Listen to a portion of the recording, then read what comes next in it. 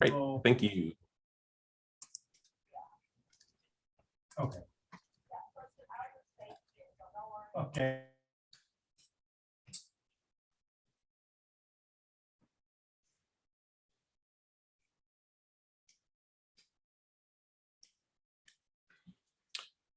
Hello, everyone. Looks like we're all getting in, so glad to see you this morning, or see your avatars at this moment, but glad that you're all here and can make it.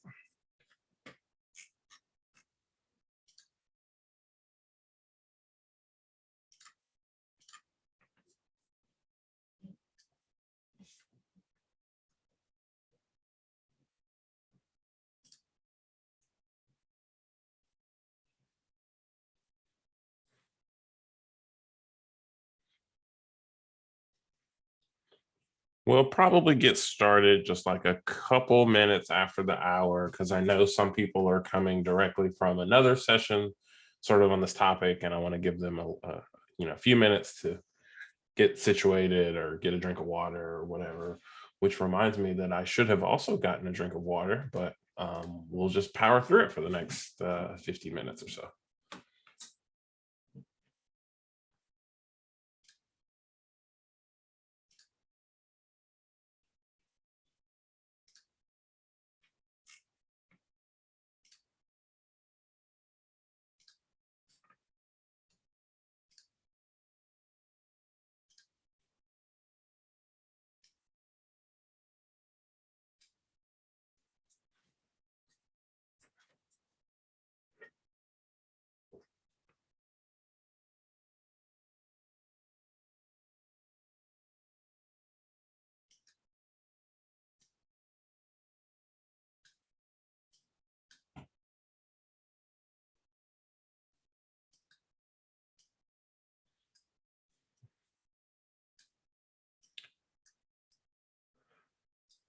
Welcome, welcome.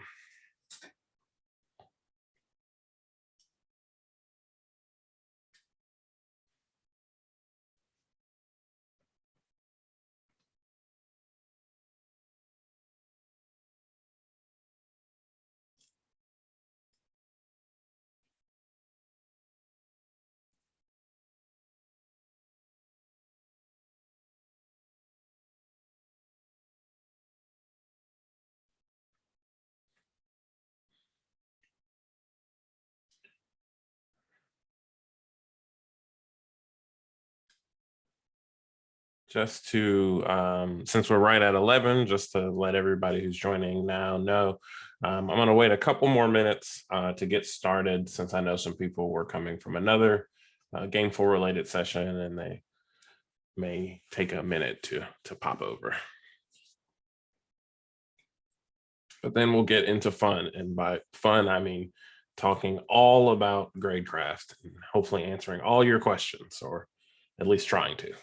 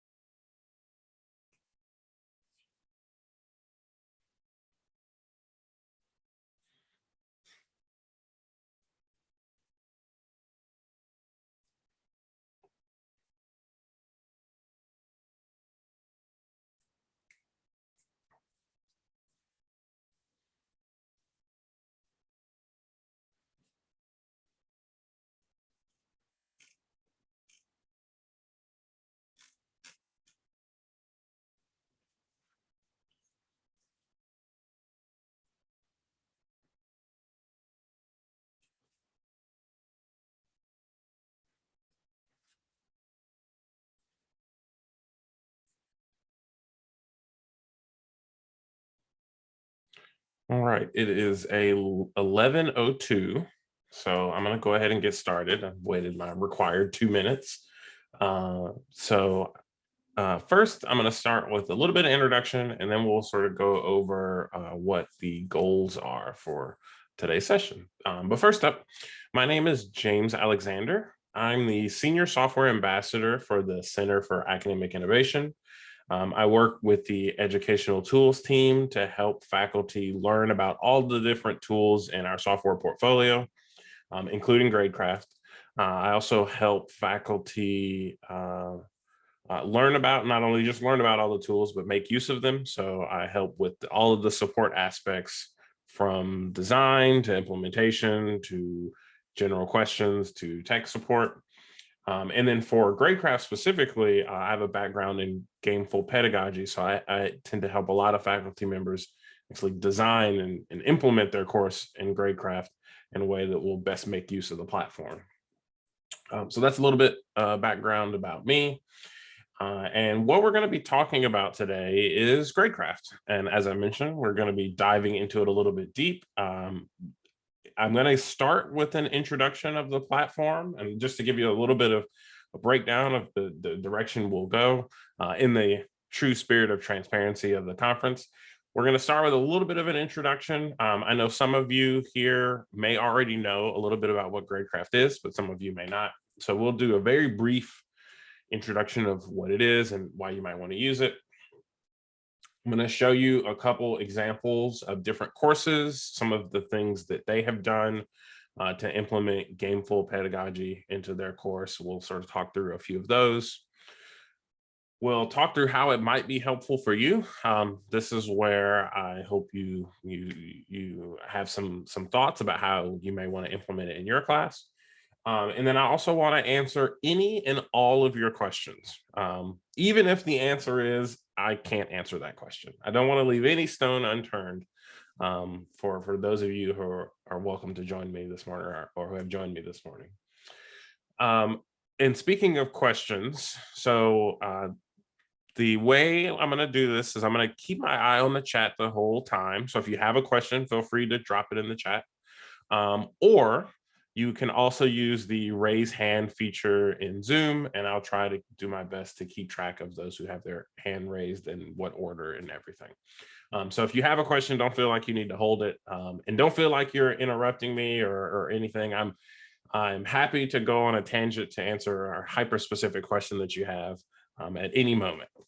This is one of my biggest passions, is helping faculty make use of our software. So any way I can help, I want to do that.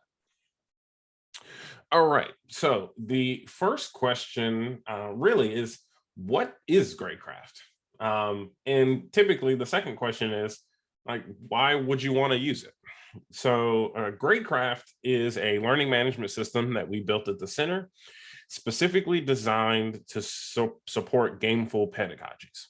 And really what that means is it takes some of the assumptions that might exist in other platforms like Canvas that make it somewhat difficult to implement gameful pedagogy. Things like the assumption that every student will attempt to do every assignment, or that all the assignments total up to a complete score that can be broken into a percentage. We sort of disregard a lot of those things. We want to help you break free of some of those restrictions, and so we've built GradeCraft specifically to support that. What that means as a learning management system, though, is it does a lot of the same sort of things that Canvas might do, or a Blackboard might do, but with a very specific gameful approach to that. And so for most people who are interested in using GradeCraft, it's those specific features that they want to make the most use of. Things like the Grade Predictor, where students can see all of the assignments in the course and choose exactly which assignments they want to do to get whatever grade they want to get. Or the grading scheme, which allows flexibility to add levels above and below the traditional A to F grading scheme, so that students can see that they're making progress throughout the course, even if they haven't quite made progress enough to get to the next grade level. Or our unlock system, which allows you to gate specific assignments or specific experiences behind completing other things.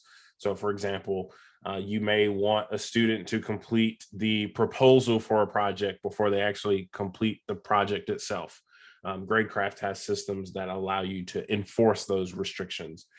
Features like that are really why faculty might be interested in using GradeCraft. And I'm assuming for many of you, you are here today to either learn more about those types of things or about the platform in general. So before we get into really a lot of examples and into the platform, there's a couple easy questions that I want to tackle. Very common. So anyone on the U of M campus, on any of the 3 U of M campuses, can use GradeCraft at no charge. It's completely free and available. And in many cases, it's already set up in the Canvas setup. So you don't even really have to do anything to use it other than click the GradeCraft button. And the second question, yes, it does work with Canvas, even though it is a learning management system like Canvas. They work fairly well together. You can still use some features of Canvas if there are particular things that you like there, especially as related to the next question about multiple choice quizzes or discussion boards. If you really like those in Canvas, you can use those and still have everything else be part of GradeCraft. We really want to let you be as flexible as possible when it comes to making use of the platform. And so we give you good connection points between the two.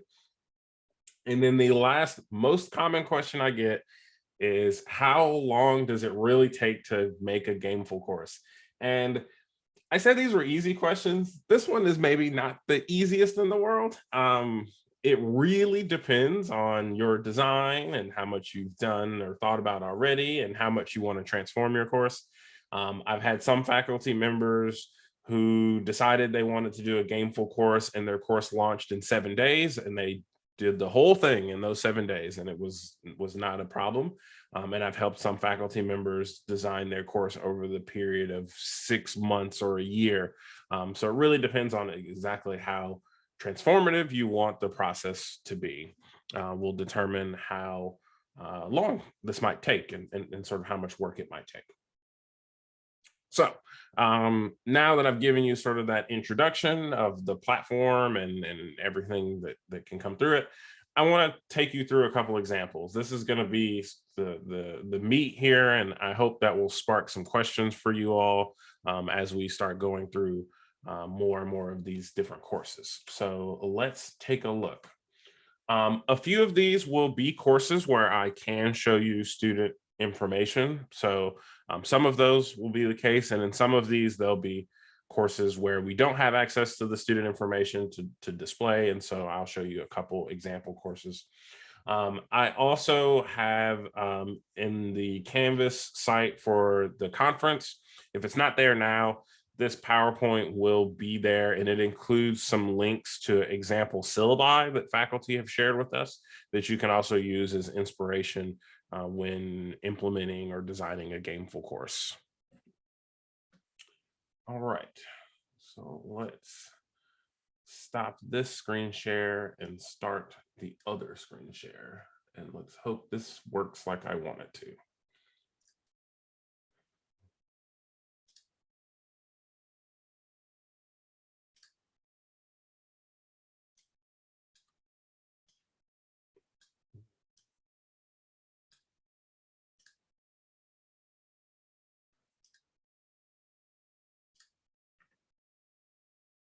Oh, nope, that is the wrong screen. Let's try that again.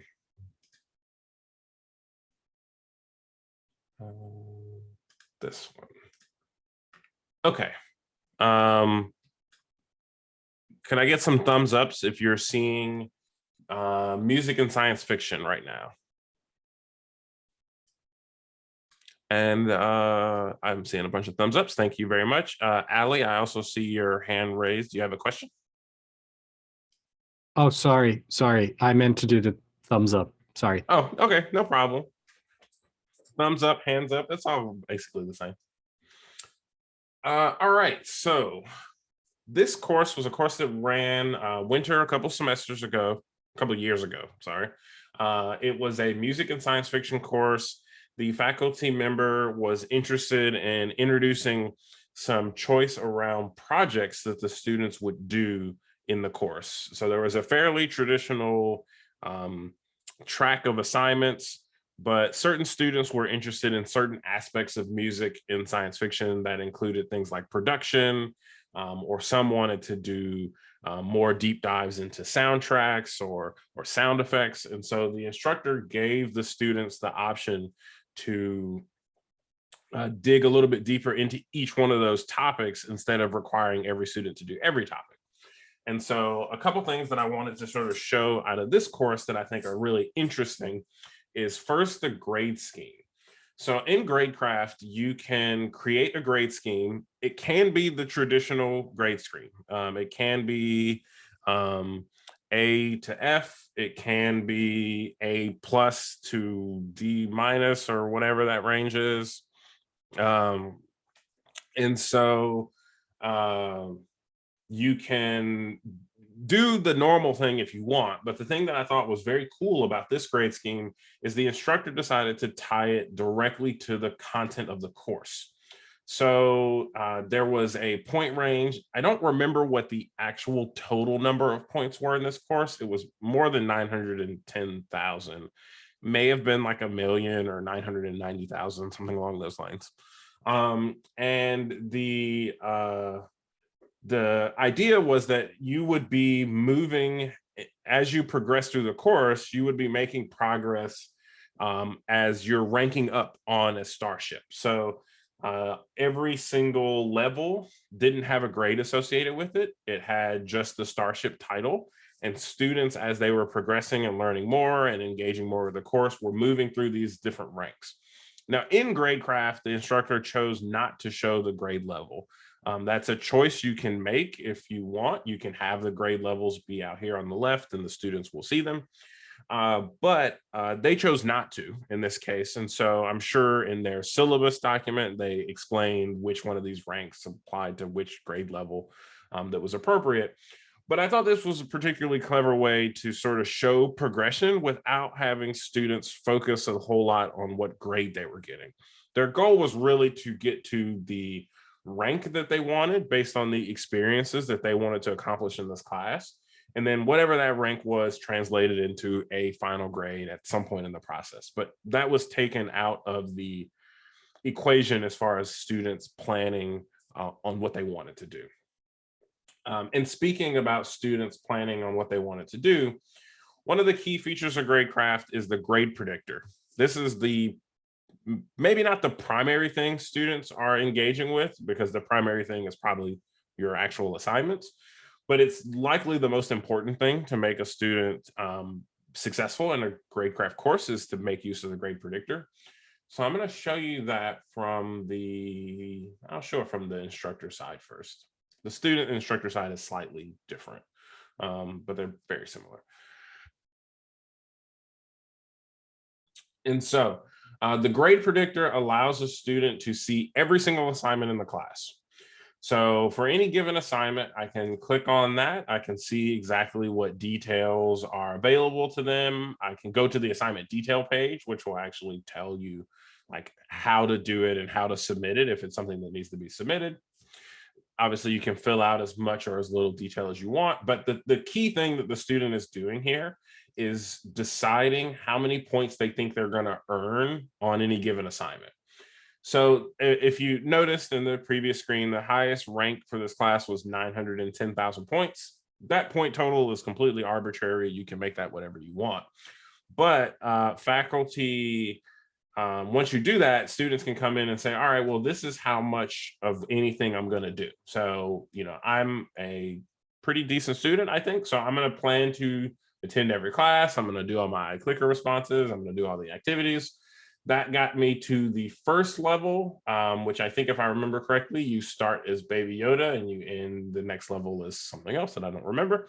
But as I'm going through these assignments, I can choose which one of these I want to do. So I plan to sort of rock these lecture quizzes. So let me go ahead and just fill all these in. And from there, I can continue to fill more and more out as I go through the Grade Predictor, and that's going to let me see an idea of what grade or what level I'm going to end up with in this course. So there's a whole bunch of different assignments, and I'm not going to click through all those, but as the student progresses and does more, if you notice, some are considered required and some are not. As they do more and more, it's going to show them where they're going to end up in this course. And the thing I love about the grade predictor that I think is particularly valuable for a student is it removes the need for them to ever ask you what grade they have and what grade they need to get, or what grade they need to get on any given assignment to get the grade they want in the class. As a student, I know that if I want to get to a B, which I'm going to assume is somewhere around in this range, since once again, this one wasn't labeled by letter, all I need to do is come into the grade predictor and start filling out scores.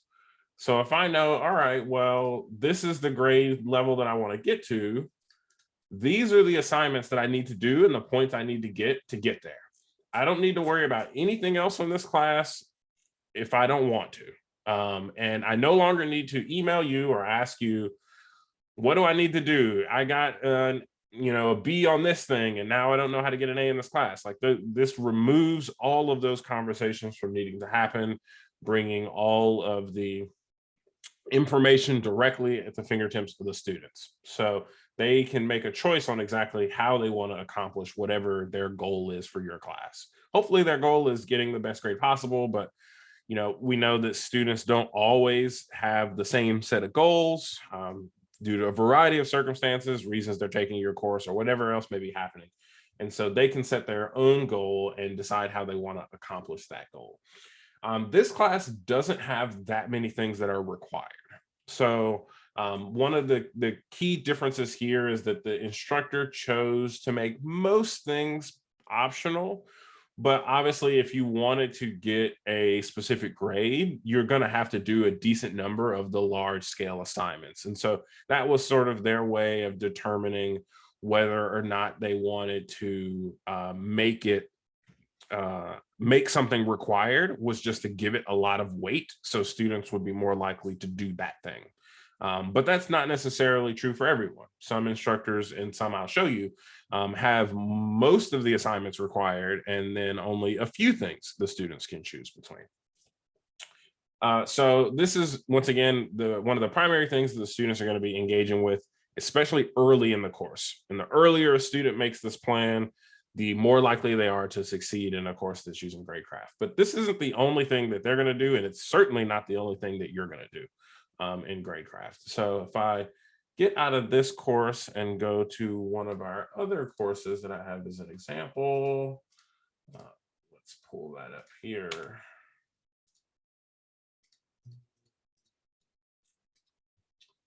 We'll get out of this one. Okay.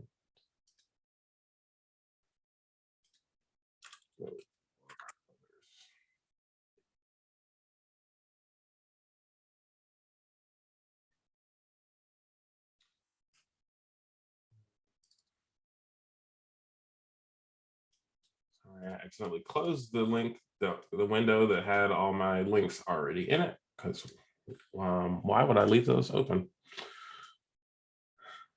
So this is another course, Honors 240X.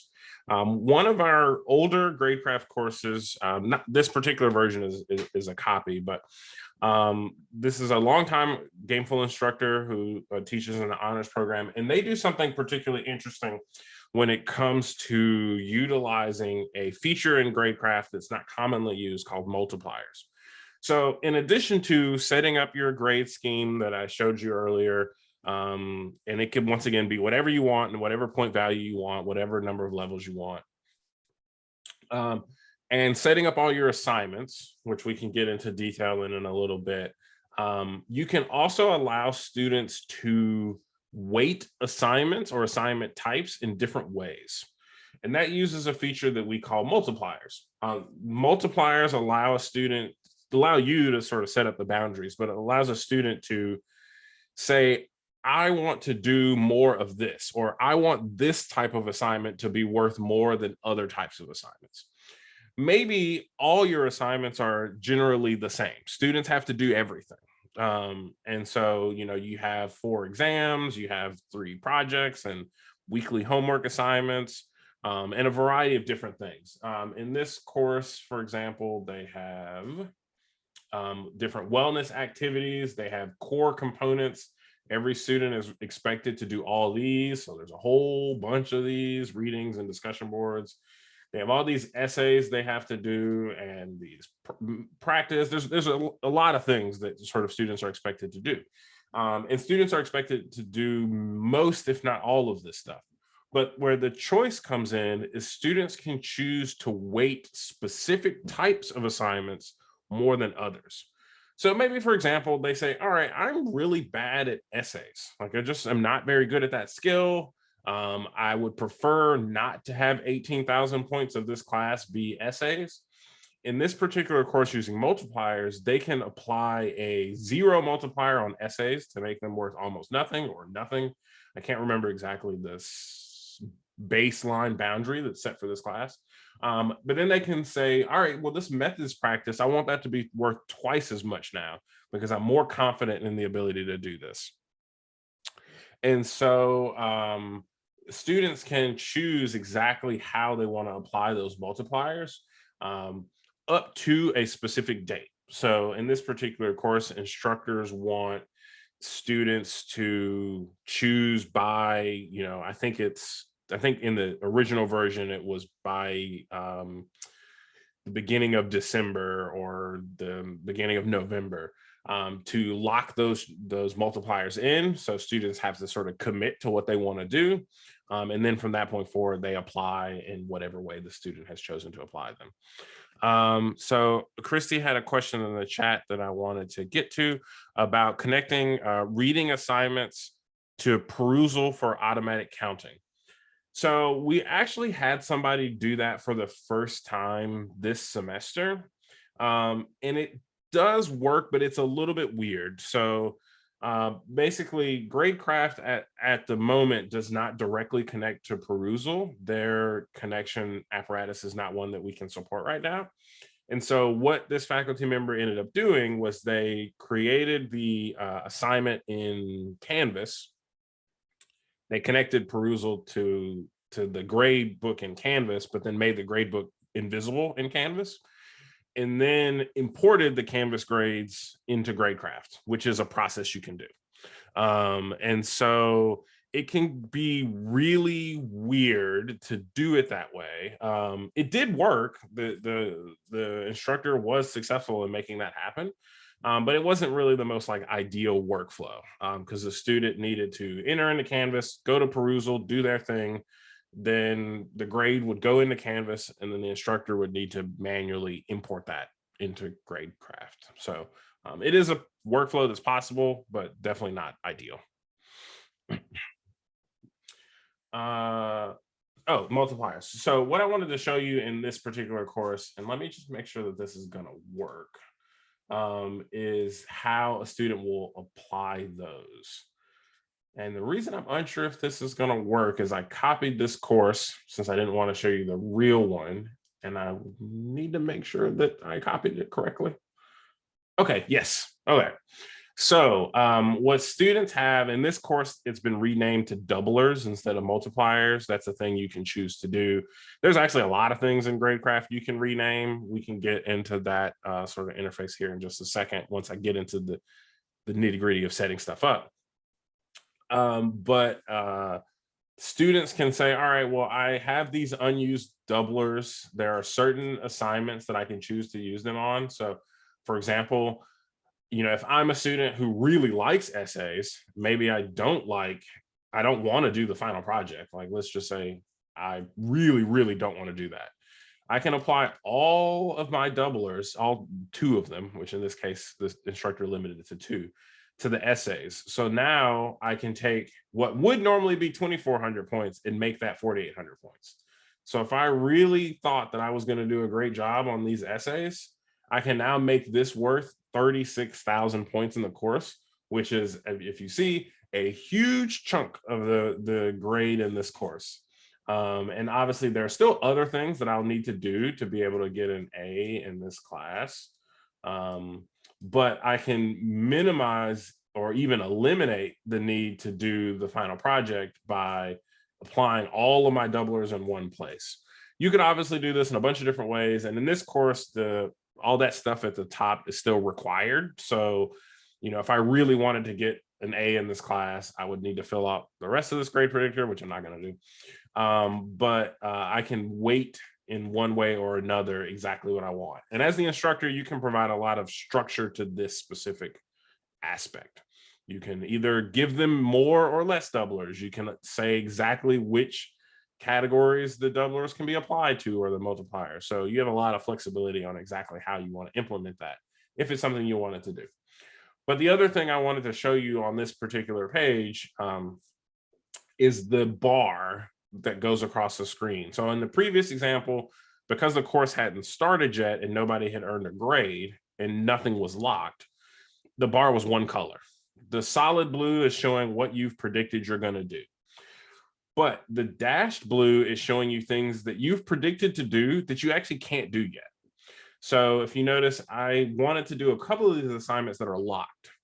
Until these assignments are unlocked, meeting whatever requirement their assignment has, this line will continue to show hashed like that. So if I click on the assignment and scroll back up to the top, it will tell me this assignment is locked because I have to submit the peer review assignment first. And this is one of the first times I'm showing you today the way the locking mechanism will work. In this instance, the students can still see everything that they can potentially do, but the instructor has chosen to lock certain aspects behind certain other assignments.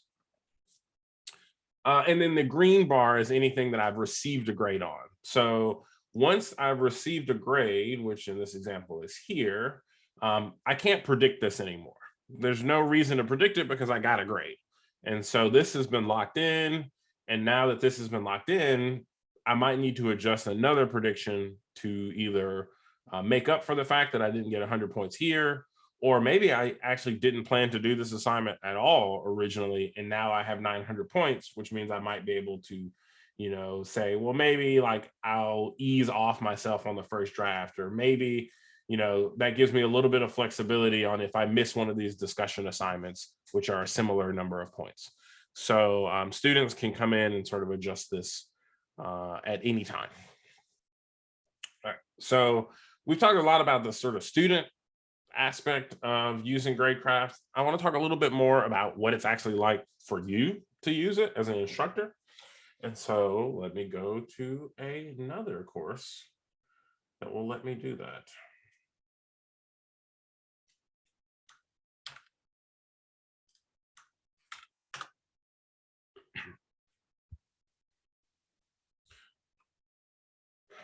So this course is an example shell that was created for a math class that we're thinking about using for GradeCraft. But one of the things you can do as an instructor, one of the primary things you're going to be doing as an instructor, is creating assignments and grading assignments. This is very similar to how it works in many other platforms, with a couple key differences. Some of those key differences are that GradeCraft, as I mentioned in the slideshow, doesn't directly support multiple choice exams or discussion boards. So if those are both things that you're particularly interested in, you are likely going to want to continue to either use those in Canvas, or in the case of discussion boards, we've had many people use YellowDig or whatever other platform that you really prefer, and then integrate those into GradeCraft either through Canvas or in a few instances directly into GradeCraft. That's still a work in progress, so that's why it's not as concrete. I can't concretely say exactly which platforms will work in it at the moment. But when you are creating an assignment in GradeCraft, we require you to have an assignment type. Assignment type can be any sort of category you want. In this context, it's what kind of category it is or what kind of assignment it is. So exams, mastery assessments, web homework, etc. It can also be week 1, or it could be required assignments. It could be anything, as long as it's some level of organization for the assignments that you have. And then when you're actually creating a new assignment, we require just a couple things. We need to know what it's called. So what was this? Exam 3. We need to know whether or not you're going to use a rubric. If you're going to use a rubric, we give you the option to create that rubric directly inside of GradeCraft. So in this context, I'll set that up just so I can show it to you. But if you're not going to, it's not required. And then we sort of ask you what this assignment is. And this is pretty typical. We need you to describe this to the students. This could be obviously anything you want. This is an exam. It's not really anything special. But the assignment purpose, I think, is more valuable. And the reason is a description just tells a student what they're expected to do. The assignment purpose is useful for telling a student why they should do this assignment. In a Gameful course, there's a lot of options. Typically, there's a lot of options for how a student might approach getting whatever grade they're going to get in the course. But if they are looking at a list of assignments and they say, all right, I see what I need to do, but I don't know why I would want to do this one versus that one. They both seem hard. They both seem like they have a very similar set of descriptions. So I don't really understand the difference. That's what the assignment purpose is for. So really giving students an opportunity to engage with, from a metacognitive level, why they would want to do this, I think is really important. And so that's why we sort of front load that information here for you. You also can add, fancy things like videos or images here if that's a thing that you want to do. You can also make a group assignment or an individual assignment. We'll see if I could get to the point where I have time to show you exactly the group assignment workflow, but the way it works basically is that students can make their own groups or you can assign them to groups. And then when you grade a group assignment, the grade applies to all the students with you being able to manually adjust it for each individual one if you want to. But anyways, let's get into this. This assignment is going to be required. Assignments all have open, due, and close dates. They do sort of what you would expect. The one thing I'll mention is anytime in GradeCraft, we reference a date. So if we tell a student, assignment is coming up or an assignment is due this week, that's all based on the due date, not the close date or accepted until date. So if you don't fill in the due date, if you just have open and close dates, then it won't warn students that an assignment is like due in the next week because we won't know what the due date actually is. And none of this is required. You don't have to have due dates or anything, but it is particularly helpful if you have students or have scenarios where students might be trying to cram in a whole bunch of assignments at the end of the term, both for your sanity and trying to grade all that stuff at the end of the term and for their sanity of trying not to do everything at the end of the term. Having due dates or close dates can be very helpful. You can choose the total number of points as an assignment. That's pretty straightforward. One thing that I neglected to mention about GradeCraft is everything is points-based. There is no concept of a percentage in GradeCraft. Obviously, you can do that math yourself if you really want to stick to the percentage type grade. In this grade scheme for this math course, they did. A 93, I think, is an A and 100 is an A+ or something like that. You have to do that math all yourself if that's what you want to do, but we are going to ask you specifically how many points it's worth. And then there's a points threshold. This is a sort of fairly unused feature in GradeCraft, but it allows you to set a baseline number of points a student must earn before they'll earn any points. The times I've seen this used most often is when instructors want to keep a student from constantly resubmitting an assignment. In addition to accepting submissions, you can also allow resubmissions. And in some instances, we've run into scenarios where a student will just submit anything to be able to get points and then plan to resubmit later.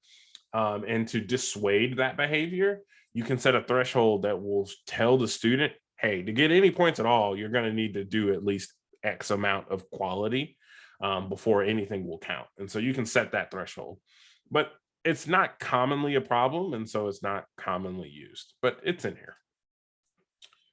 You can also choose for grades to be logged by students.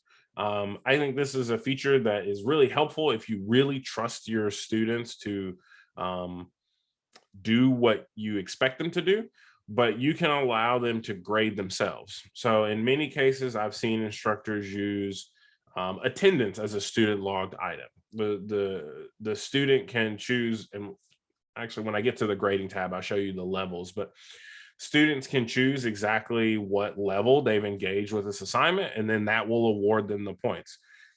You probably don't want to have a whole class that's designed that way, but you definitely could allow that under certain circumstances. And I think it can be really clever to give that power back to the students, depending on exactly how you want to have your course set up. Unlock conditions. This is where you can set those lock and unlocking conditions that I mentioned earlier. So you can make a requirement based on either an earned point value in the course total. So like you need to earn 4,000 points to be able to do this assignment at all. You can associate it with a specific type. So maybe you need it to have completed exams 1 and 2 before you can do exam 3.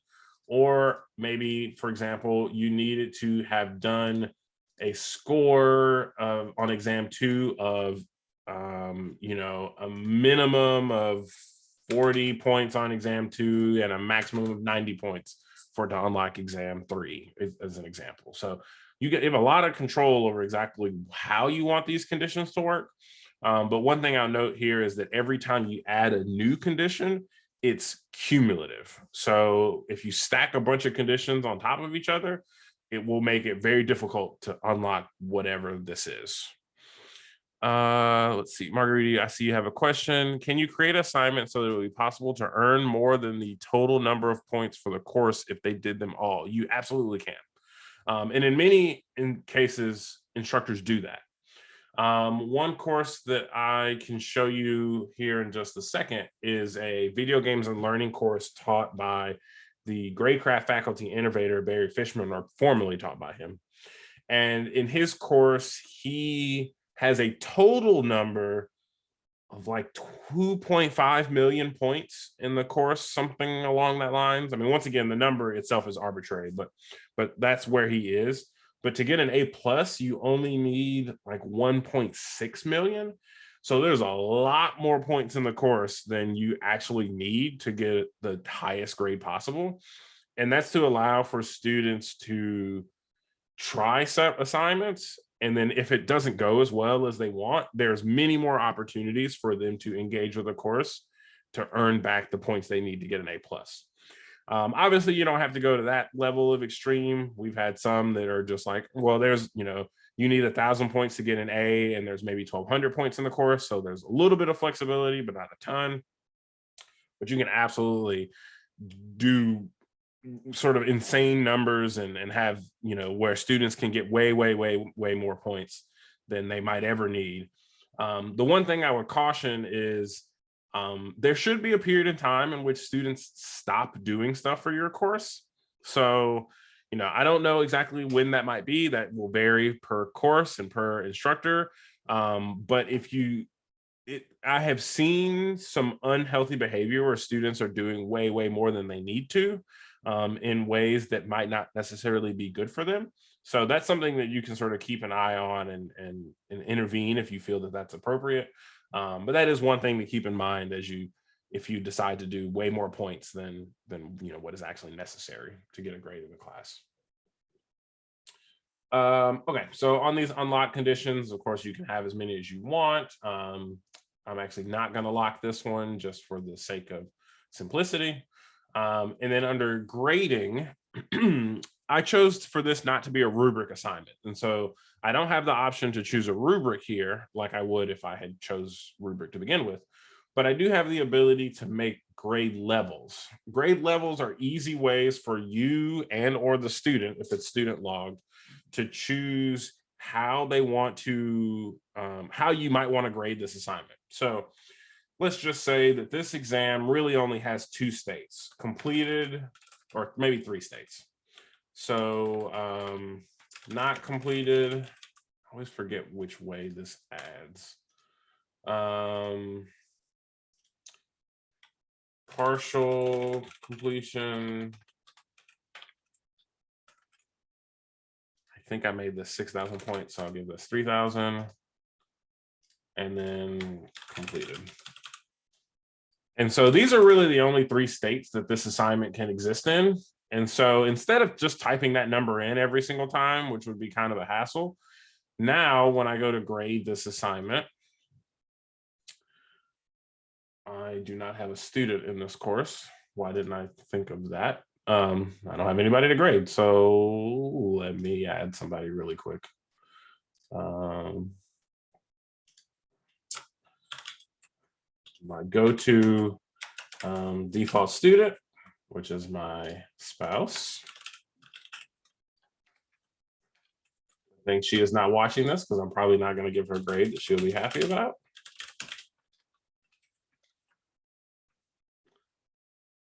So let's try that again.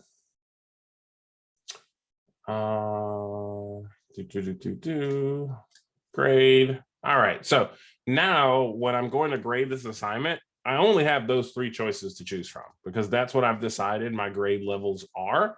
And if this is a very simple assignment, like an exam is maybe not the greatest example of this, but if this were attendance, then I don't have to go through and type in 6,000 points for every single student. I can just choose, all right, yeah, you all attended. And so I just choose completed. Or what I've seen some faculty do for student logged grades is students will choose how much they attended. It's sort of a weird way to put it, but I'll sort of give you an example. A faculty member created a grade level scheme where students attend, they don't attend, that's worth no points. They attend physically. This was back when we were all in person, but they attended physically, but not mentally. So they were there, their body was in the room, their brain was somewhere else. That was worth partial credit. And then full attention was awarded full credit. And that was completely student logged. So students had to sort of self-report how they felt about the course. And if they did put in that they were, physically there, but mentally checked out, and they needed sort of either a reminder or they needed help on the assignment, they could put that in as feedback when they give themselves a grade. So you as the instructor could see that feedback and see, oh, okay, this student missed this aspect of the course. Maybe I'll send them something extra or whatever the situation might be. And so that was sort of how they decided to set up grade levels so that students could grade themselves on attendance, lowering the burden for them. Let's see. Christine had a question. Do you or anyone else have opinions about whether it's better to set up assignments in Canvas and import them or set them up in GradeCraft itself? Pros, cons. If you already have all your stuff in Canvas, it's a pretty straightforward process for importing it into GradeCraft. I can show you that actually. Let me pull up my question. A different course. I don't have a direct link to this one, so I'll search for it. If you already have it set up in Canvas, I don't think there's any harm in just importing it directly into GradeCraft that way. That's especially true if you're going to be using Canvas features that we don't have in GradeCraft, like the discussion boards and multiple choice questions that I mentioned earlier.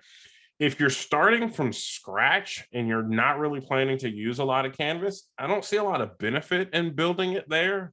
It will still import over if you just really like the Canvas interface better, but it will not pull over things like unlock conditions or any of the other like more advanced features that GradeCraft allows. So it really kind of depends on exactly what you are trying to do. For importing assignments from Canvas, though, if you're in GradeCraft, this is assuming that everything in Canvas has already been set up. You're in GradeCraft, you can go to options and then import assignments. We're going to ask you, are you importing from a CSV or from Canvas? And then you're going to select whatever course you want. So I'm going to select one of these courses that I'm an instructor in. And then it's going to ask you which assignments. So this is every single assignment in the course, including all their descriptions. If they have descriptions, if there's videos, all that stuff will come over.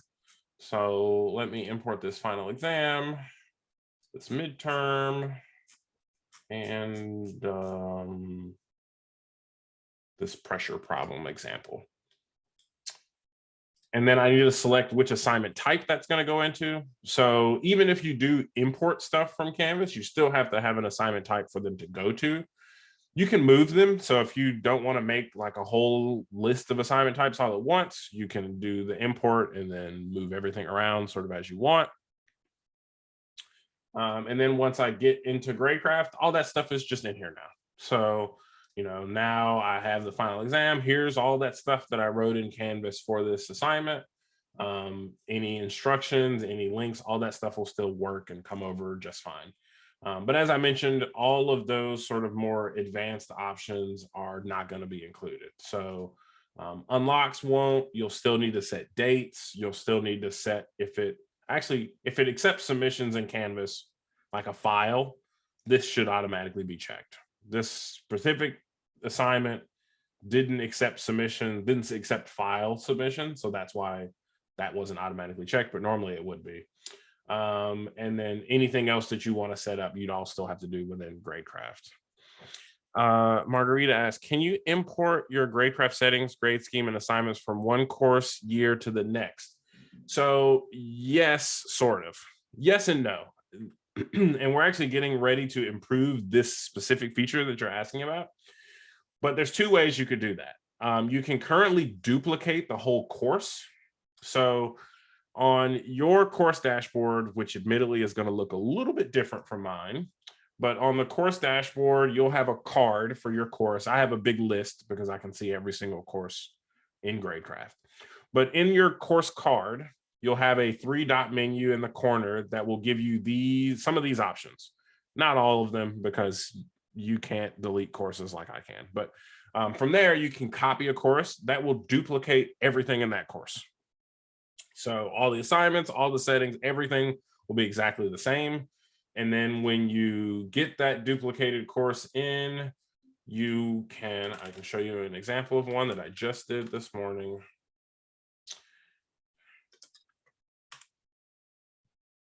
That is not finding it for whatever reason. Is it just honor? No, it's honors. Okay, for whatever reason, maybe I'm mistyping the name wrong. Maybe it's in all caps. No, it's in all caps. Okay, so when you copy a course, you'll just see an exact duplicate of it, but no instructors, no students will come into it. And when you enter that course, you'll then need to adjust all the dates and times and names for everything. So this is one, I may have shown you this course earlier, but this is one that I copied from a previous version. I would need to come in and change the semester and the dates and make sure anything that needs to be updated can be updated. So you can do it that way. Then there's one other way you can do it too. There are course data exports. This allows you to export very specific things from GradeCraft. So let's say you don't want to copy everything, but you just want the assignment structure. You can export this assignment structure as a CSV file and then import that exact same assignment structure into a new course, and it'll just pop everything exactly like it was in the old course. So this will include all the stuff like the due dates, the accepted until, basically every option that you could check, with the exception of the unlock conditions. The rubrics will go, unlock conditions won't. And if there's badges associated with it, those won't be included with the assignment structure either. But that's an easy way for you to just do one part instead of the whole course. In the next, not this fall, but probably by next winter, hopefully, fingers crossed, there'll be a completely new interface for doing this import and export that will let you pick very specific assignments. So instead of doing the entire assignment structure, you could say, I just want this assignment from this course, that assignment from that course, this description and this thing, and that's it. And you'll be able to do that sort of piecemeal. But we're in the process of building that feature now, and it just won't be ready by the fall term. Okay, there is, also we're getting very close to time. Wow, I did not realize how quickly that would go by. All right, so I'm gonna spend probably the rest of the time on questions. So if you have questions, this is the perfect time to get them in. Christy asked, if I want to play around with GradeCraft but don't have a Canvas course set up for winter yet, is there a way to do that? I'm not teaching in the fall. Yes, there is. So if you don't have a Canvas course set up already, I can create an empty GradeCraft course for you. And you can just access GradeCraft by going to umish.gradecraft.com and logging directly in. That'll take you to this dashboard, which, like I said, will look different for you because you only have access to your courses. But then you'll be able to do whatever you need to do there. If you do happen to have a Canvas course set up, even if it's an old Canvas course, you can use it to access GradeCraft too. So if I go to Canvas really quick, and I go to one of my courses, under the settings in Canvas, you can go to the navigation tab, and GradeCraft by default is in this big list down here. You can just drag it up to the top, which will add it to your navigation. And then when you click this GradeCraft link, it will create a brand new empty GradeCraft course for you and give you the ability to do whatever you want it. And it doesn't matter if it's linked to an old Canvas course, because obviously no one will see that old course. And then you can do whatever testing you want. So those are two different ways you can sort of try GradeCraft if you are interested, whether you want to do it from Canvas or like I mentioned, you can email us at, I'm going to put the email address in the chat, but help@gradecraft.com. You can email us and we'll also make an empty course for you and send you a link directly to it. So that's the other option as well. Okay, so let's see. Allie mentioned, can you talk about the accessibility features of GradeCraft? Does it support screen readers well, for example? Does it have a leg over Canvas in that regard? So GradeCraft does support screen readers. I don't know if it supports screen readers better than Canvas, to be honest, because I don't know how well Canvas does or doesn't support them. The one thing that GradeCraft does that we have been really diligent about over the last year is overhauling the entire application to better support screen readers and other sort of accessibility software. We actually have a report that I can provide that tells you exactly what features of GradeCraft support what and which ones still have work to be done. I think we're getting better than we were. We really started our accessibility push in the last 2 years, year and a half. And so for a long time, things like the Grade Predictor didn't work with screen readers, but now they do. They also everything didn't always work with keyboard shortcuts, which now everything does. So we're trying our best to really overhaul the application to better support accessibility software. But it's hard for me to say whether or not it's better or worse than what Canvas's is. I would hope, given the scale of the Canvas team versus the scale of the GradeCraft team, that I would honestly hope that Canvas does it better. But I don't know if that's necessarily true. Let's see, when importing grades for Canvas, importing grades for assignments from Canvas, GradeCraft does not currently support decimals. Will that change in the future? I know it doesn't do it. I would be hesitant to say yes, because GradeCraft doesn't really support partial points at all. Like the application as a whole doesn't handle anything less than 1 point particularly well. So I'm going to guess the answer in the short term will be no. In the long term, I think that's a pretty viable option for someone who wants to give like relatively small point values. The question that I typically have whenever I'm talking with faculty who do give decimal points, though, is would it make a difference in your grade scheme to multiply the entire set of point values by either 10 or 100? Because in many cases it doesn't, and for some it does. And in those situations, we sort of just have to work with the way it works. But for many faculty, it hasn't made a difference to them to just move the decimal point over and make all the scores bigger to make them work better in the whole point system. But I think we do have a feature on our feature list for supporting decimals. I'm just unsure whether or not it will boil to the top anytime soon. we are technically at time. I do want to give you a little bit of time to transition to your lunch or whatever else you may have going on. If you do have any last final questions, I'm happy to answer those. If there's any specific thing you want me to show you, I'm happy to do that. Otherwise, well, thank you all for joining me. I know there was a lot of talking and a lot of flying around, and we didn't quite get to everything that I wanted to get to. But if you want to talk more about GradeCraft, you want to learn more about what the platform can do to help you, please absolutely reach out to us at help@gradecraft.com. You can also email me directly. I'll put my unique name in the chat. So if you do have any specific questions about GradeCraft or any of the other platforms that we support, please do not hesitate to reach out to me, and I'll be happy to set up a consultation or chat with you asynchronously. So thank you all for joining me this morning. And I hope you have a great rest of the afternoon and a great Enriching Scholarship. And I hope we'll see you at our keynote session at 1.